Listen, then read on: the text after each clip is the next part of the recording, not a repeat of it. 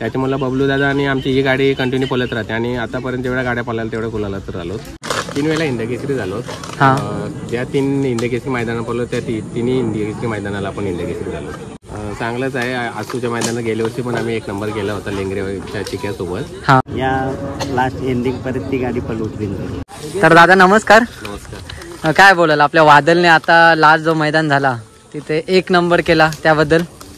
चांगलंच आहे. आसूच्या मैदानात गेल्या वर्षी पण आम्ही 1 नंबर केला होता लेंगरेच्या चिक्यासोबत. यंदा पुन्हा एकदा खेळायला संधी भेटली आणि आम्ही पुन्हा एकदा 1 नंबरचा मानकरी ठरलो. आणि तिथे जोड आपला याचा बबलू द्वागलेला. मग कशी पळाली गाडी फेऱ्यापासून? पळते अपराची गाडी आहे. आता कंपल्सरी 7 वेळेला मैदानात पळालो आपण मैदानात बिंजोडला. 7 वेळेला गुलाला ती गाडी राहिली. 7 वेळेला. तरी मग आता आपला वादल किती वेळा हिंदकेसरी झालाय? 3 वेळा हिंदकेसरी झालो. ज्या 3 हिंदकेसरी मैदानात पडलो त्या तिन्ही हिंदकेसरी मैदानाला आपण हिंदकेसरी झालो. कोरेगावच्या मैदानाला नव्हतो आपण, कारण 13 तारखेचा नियोजन अगोदर झाला होता आपला. ड्रायव्हर यांच्या गावचा मैदान होता, तर गावच्या मैदानात बैल पळालाच पाहिजे अशी त्याची इच्छा होती अखिलची. त्याच्यामुळे आम्ही कोरेगावचं मैदान न करता आसूचं मैदान केलं आणि त्या आसूच्या मैदानात आम्ही पुन्हा एकदा 1 नंबर केला. म्हणजे गेल्या वर्षी पण केलेला? गेल्या वर्षी पण आपण 1 नंबर तिथंच केलेला, यंदा पण तिथंच केला. मग आता कधी आपल्याला परत वादल इथे बिंजोडमध्ये आपल्याला बघायला भेटेल? बैल तर ओल्याच्या मैदान करता मैदान आपलं आहे, त्या मैदानाला नक्की पळताना भेटेल. नक्की पळताना भेटेल. आणि पुढचे काय अशी आता वाटचालाचं, कारण की आपला आता खेळ आहे हा 1 महिन्याचा बघायला गेला राहिलेला आहे, तर पुढे कसं आता नियोजन असणार आहे? आता जेवढी मैदानं मुंबईमध्ये तेवढी मैदानं होणार आणि जी घाटावर सध्या तरी आता मुंबईला बैल असून घाटावर जी मोठी मैदानं असेल त्या मैदानाला बैल पळताना दिसेल. फक्त येऊन जाऊन असेल बैल कंपल्सरी तिथं नाही ठेवू शकत, कारण आपल्या मुंबईचा थोडा खेळ राहिलाय. खेळ करून घाटावरची मोठी मैदानं करून येणं जाणं चालू राहील. आणि आजचं नियोजन कसं असणार? आज महाराज घेऊन आलेत ना? आजची गाडी महाराजची गाडी जमली तुरमाल्याच्या तेजा पैरायला आहे आणि गाडी जमली पिसारवाल्यांसोबत. आणि कसा आनंद व्यक्त कराल, कारण की 1 नंबरचा मान भेटलेला आहे, कारण की हिंदकेसरी होणं सोपी गोष्ट नाही, कारण की तरी बघायला गेलो 1000 गाड्या पळतात, 1000 मधून सेमी नंतर फायनलचा आपण मानकरी होतो. तर जल्लोष असतो, कारण प्रत्येक मैदान आम्ही गुलालात असतो, पण आमचा जल्लोष असं समोरच्याला टोचत असं नसतो. प्रेमाने आमचा जल्लोष असतो आणि कंटिन्यू गुलालात असल्यामुळे त्या दिवशी 1 नंबर केला याच्यात काय म्हणजे असं येणं काही एक्स्ट्रा आपण काहीतरी केलं, कारण ऑलरेडी आपण 3 वेळेला हिंदकेसरी मान भारत केसरी झालेलं.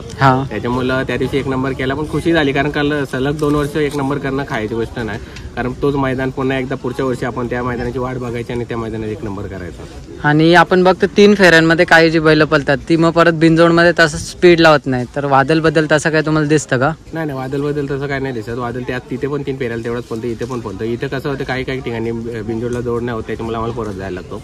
कधी जोड झाला तर बैल चांगलाच पळतोय आणि पब्लिकने बैल पाळणारा बैल आहे. आम्ही सध्या आता त्याला यंदा आतमधून टाकला, कारण डावी खांदी आतून म्हणजे उजवीला आतून बैल तेवढी पॉवरफुल दिसत नव्हती, कारण बैल पळून पण पाहिजे ना त्याच्या लेवलला खालनं निघणारा बैल पण पाहिजे.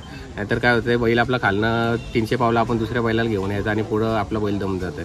त्याच्यामुळे आपल्याला बैलाला जसं सुटेबल होईल त्यानुसार आपण नियोजन करून त्याची बैल पळवतो. आणि काय सांगाल बबलू दादांबद्दल, कारण की महान भारत केसरी ज्या बैलासोबत प्रत्येकाची इच्छा असते की आपला बैल पळवा आणि त्याच्यासोबत आपण 1 नंबर केलेला आहे? नाही, नक्कीच. पहिल्यांदा बबलू शेट हरण्या एवढा म्हणजे फेमस नव्हता म्हणजे असा.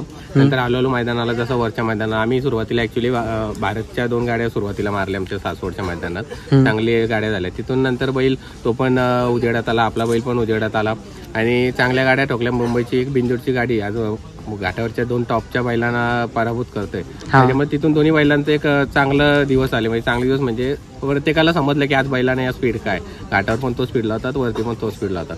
त्याच्यामुळे बबलू दादा आणि आमची ही गाडी कंटिन्यू पळत राहते आणि आतापर्यंत जेवढ्या गाड्या पळाल्या तेवढ्या गुलाला तर आलो. त्याच्यामुळे ही गाडी जेव्हा पळेल तेव्हा चांगलीच पळताना दिसते. मग ही गाडी आपल्या बिनजोडमध्ये दिसेल का? नक्कीच, आमची ते इच्छा असतो, पण कसं ते बबलू दादाचं येणं जाणं असतं कंटिन्यू वरती असतात, कधी इथं असतं, त्यांचं काही सांगू शकत नाही.